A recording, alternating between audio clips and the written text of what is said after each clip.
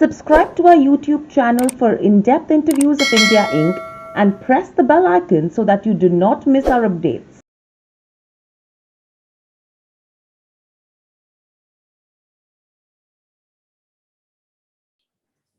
Hello and welcome to Nirmal Bang, ladies and gentlemen. I'm Hiron Dadia. We have with us Kenneth Andrade, founder and CIO at Old Bridge Capital, joining in. Welcome to the show, Kenneth, and always a pleasure to speak to you.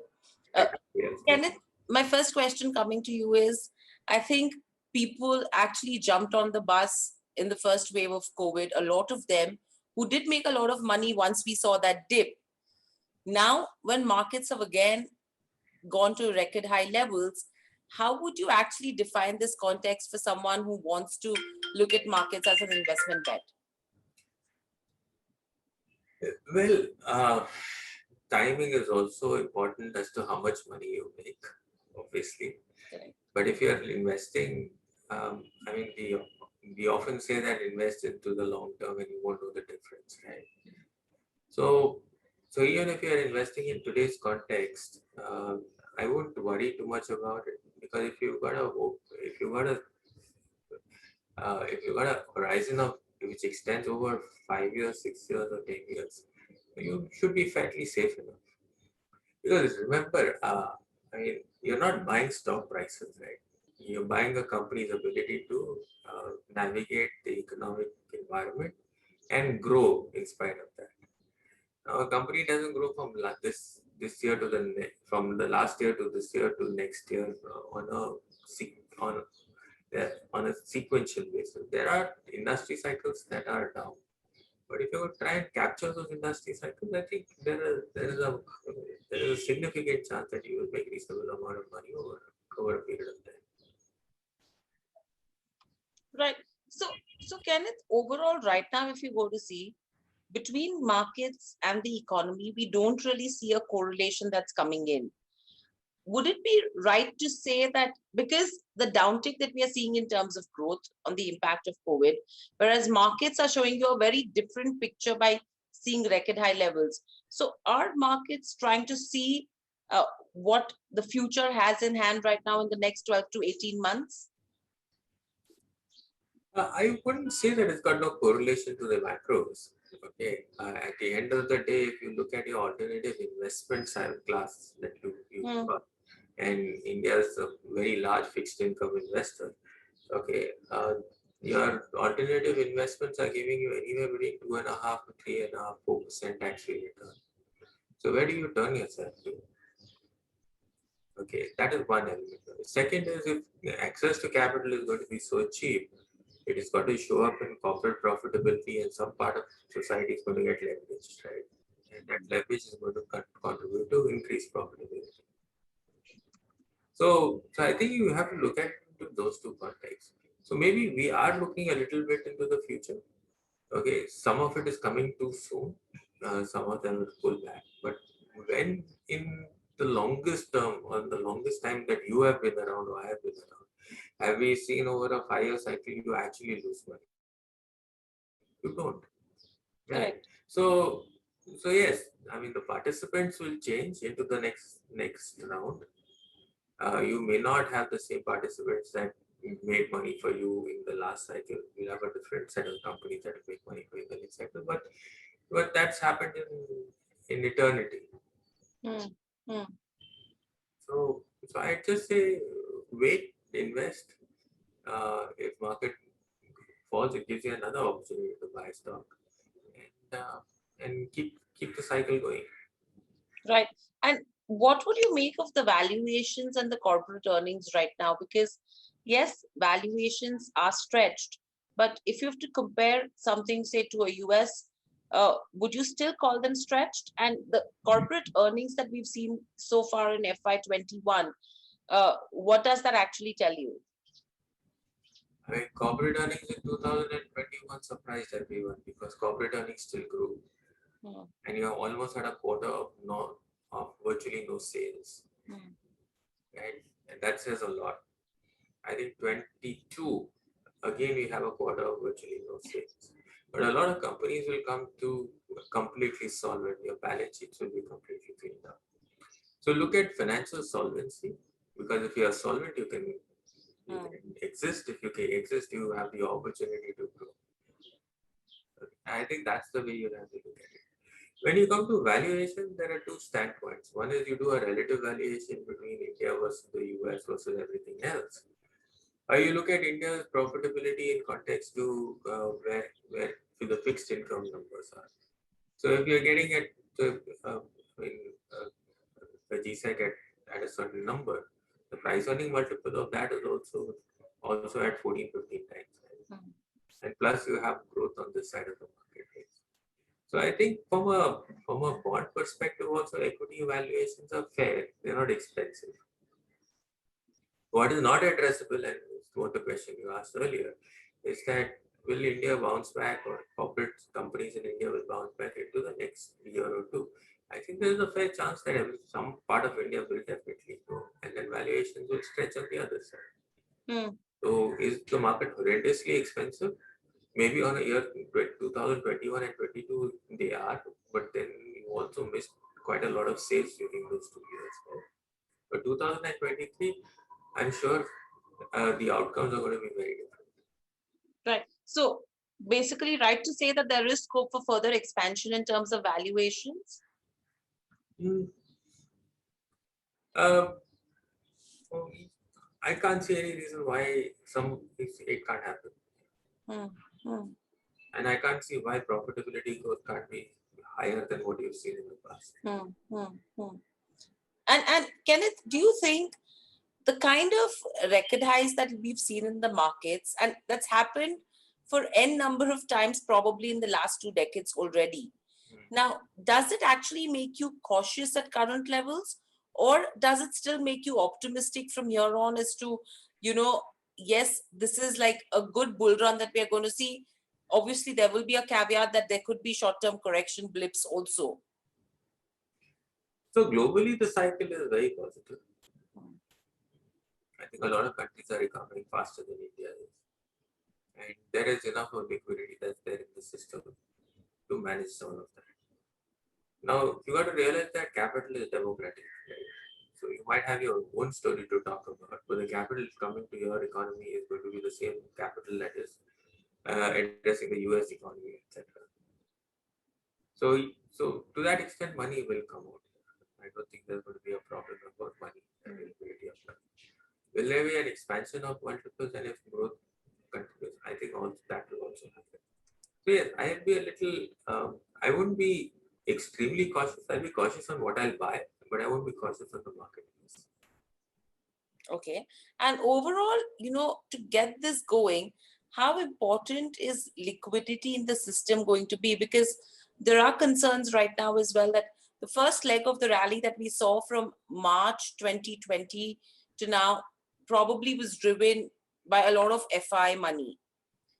Once FI started turning slightly negative, you had the DIIs which started coming and supporting the market. From here on, taking into consideration the spike in COVID numbers, the third wave that could be expected, or even the lockdowns that could come in, and concerns over the rise in bond yields in the US and the domestic market, do you think fund flows from FIs to emerging markets could be impacted and that could be a struggle point? Well, I'm not an expert on foreign flows into the country, but India has got some. Uh, I mean, India accounts for 20% of the world population. Okay, so we have a lot of investors who like the strengths of this economy, or tend to believe that this economy will do well by itself. So that long-term capital will always be there. Okay, we also give investors one of the biggest opportunities because we're such a large economy. We're fifth largest in the world, and opportunity to park money into this place.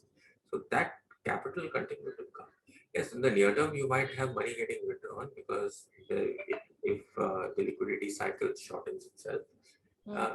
So near term, I mean, your guess is as good as mine, but money will or can move out. But longer term, I think India's got its fair share of portfolio managers who like the story. So that will continue to keep coming in. Right. And with regards to where the US Fed's sudden shift in policy stance is concerned, what's the kind of impact one should see? And Do you think the markets or the investors should be concerned about it? So the last cycle that happened was post the global financial crisis, and markets dragged down for at least 2 or 3 years. Hmm. Okay. I can only go back to history and say that probably the same thing might happen this time. Right. And with all of this, again, what's happening is everyone's looking at how growth is expected to pan out, say at a macro level or even at the corporate earnings level. Now, clearly, there are going to be challenges that the government will be facing on the fiscal side. Do you think the ability that the government could provide growth capital to see companies grow, that could be limited, and that's something which can have an impact on the domestic side of business? Um, so yes, I mean there are a couple of things that are happening. Governments globally have to repair their balance sheets. Hmm. Okay, and more so when you're not a reserve currency. So India has got a challenging problem, or India, the government's got a challenging problem of managing the social sector and repairing the balance sheet simultaneously, plus making sure that the economy is not starved for capital. So I think these are the challenges that India faces. So yes, there is no growth capital that's going to come into the country or from the government to businesses that are there. But you'll have to rely very heavily on external capital. Hmm. Right. And with all of this, from here on, if someone is looking to invest, Kenneth, what could be the next big theme that markets could look at? Um, so if your domestic market is going to be slightly sluggish in terms of uh, availability of capital to drive it, my sense is we need to focus on with companies that will create a global footprint, and that's what we are doing. So as long as you align yourself to that thought process, I think you will find a number of opportunities that exist. Right? Obviously, the technology business is there, pharmaceuticals and chemicals exist, and you've got a number of small engineering businesses, including the automotive business, which is extremely large in India. Plus, there are some niche manufacturing companies in and around the country. Plus, India is becoming a sourcing base for global supply chains and a number of emerging businesses. Hmm. So that's where we favor a very large part of a portfolio shift to be. Anything which is dollar denominated is something we like, Hmm. and that's where we're putting our capital to work with. Right. And overall, if you have to look at the market, say from a large cap and the broader market perspective, the kind of return and bounce back that we've seen with regards to mid caps and small cap shares, do you think that's something which is going to be little difficult to repeat once again? And do you think there could be a phase of consolidation and correction that follows? And it's going to be the large caps which will drive the rally from here on. So I prefer a consolidation phase to anything that rallies. And within the market space, I mean, there's got to be a shift of market capitalization on someone to the next one, right? Always remember, and I'm sure we've all witnessed it in our careers. When the medium to small companies that grow to dominate their industry usually become large caps. So there is a long um, runaway of opportunity that smaller businesses have, mid caps have, to become large. As long as they can find their way around the environment, uh, continue to find new customers, and grow their businesses significantly large. So smaller or mid-cap companies in the longer term always do better than the large companies. Yes, large companies are stable. Okay, they don't contribute to significant volatility, which is there, and they necessarily need to be a part of your portfolio. But you've got to allocate capital between the two quite judiciously, so that you make longer term returns, or keep the portfolio relevant at all periods of time. Hmm. And overall, another anticipation, Kenneth, that we were taking was that a lot of international markets will be replacing India, will be replacing China with India as a manufacturing hub. Uh, do you think this is the right time to play with companies who are large on exports? And that's essentially why I said, we need to focus. We are focusing on companies that have an international footprint. And India is not in isolation in this trend. There are a lot of emerging markets or a lot of developing countries who have joined the fray in terms of feeding into the supply chain that some part of China is weakening. Hmm. And okay, and again, if you have to look at export-oriented sectors, what kind of companies? What are the kind of sectors you should be looking out for? Yeah, I mean, the common ones that are already there in most portfolios is tech, pharmaceuticals, chemicals. Right? Then you end up with the engineering businesses and the automotive engineering businesses. Then you've got a few niche businesses like seafood exports, okay, and smaller specialty businesses in manufacturing that exist. Uh, I mean, you've got uh, the casting companies and the forging businesses, which are also part of the automotive supply chain, which are fairly big internationally. Hmm. All of the all of these plus more will form a part of should form a part of your portfolio. Also, the second element to all of this is if it's going to be so manufacturing intensive, it will also consume a lot of power, okay, or energy, and that's the other basket that we actually prefer. So if I create the value chain between manufacturing and everything else, I think one of the biggest components of it all is Hmm. and energy should see a fairly good utilization levels going into the next decade. Okay, so all the infrastructure that we put up over the last decade, I think it will go forward into the next decade with something similar. Okay. And overall, what's the sense that you have with regards to financials as well as the banking space? Because taking the moratoriums into consideration, taking the restructuring into consideration, the anticipation is that probably FY22 is going to be the year where we will see a lot of, asset quality deterioration that could be taking place. However, right now we are seeing a lot of polarization that's happening, where the index itself is financial heavy. So how do you view this entire scenario? So on the lending business, if you have to allocate capital, obviously the corporate banks have an upper hand. Hmm. Okay, but we don't invest too much in financials, or should I say, we don't invest too much in financials or the lending business. We are not very sure about what credit risk some of these companies hold. Okay, but yes, corporate credit risk could be quite elevated going into the next couple of or the next year or two. And like the Indian government banks have to repair the balance sheet before they can on lend all over again.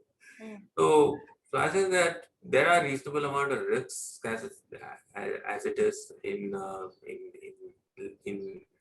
allocating capital to the lending business or to the banks, which is why our presence in there is very nominal to non-existent. Hmm. And overall, on the consumption side as well, how would you look at it in terms of investing? Because everyone right now, Kenneth is talking about that, yeah, probably consumption is slowing down, taking into consideration that savings are low right now. Secondly, as a country, a lot of dependence on growth was given to rural India during the first wave, saying that that's going to be something that will support our growth. But since the second wave has come, we've seen a lot of rural India that has been impacted. So, how would you actually view consumption from an investment perspective?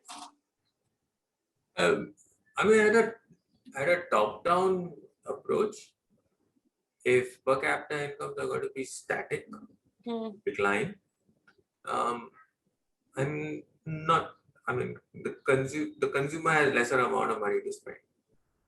Okay, Hmm. and with the delinquencies in the system, the ability to leverage is non-existent.